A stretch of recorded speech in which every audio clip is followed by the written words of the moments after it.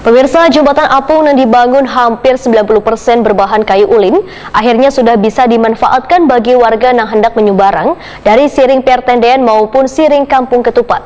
Jembatan yang didesain berbentuk underpass dengan menghabiskan dana APBD murni tahun 2022 sebesar 4,5 miliar rupiah ini dilengkapi 2 kamera CCTV.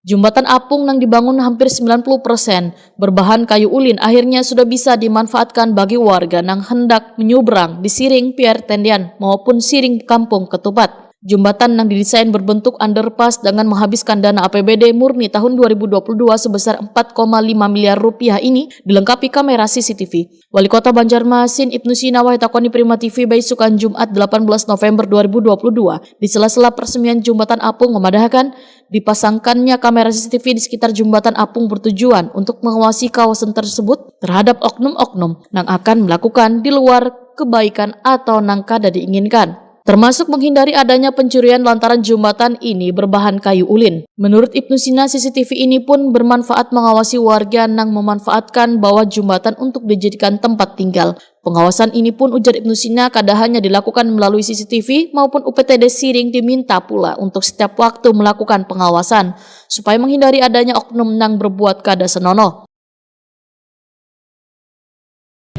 Dukungan semuanya di Dinas PUPR dan juga dari DPRD Kota Banjarmasin yang berharap kita rawat, kita jaga, dan sengaja dipasang CCTV untuk memastikan sarana publik ini bisa awet. Jangan sampai nanti ada tangan-tangan jahil yang merusak.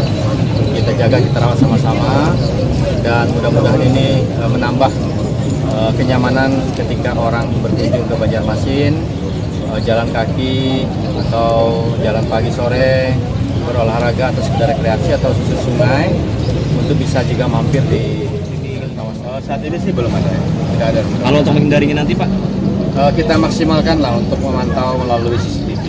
Jadi kita bisa melihat kawasan wisata ini apakah ada kejadian apa, kita bisa pantau.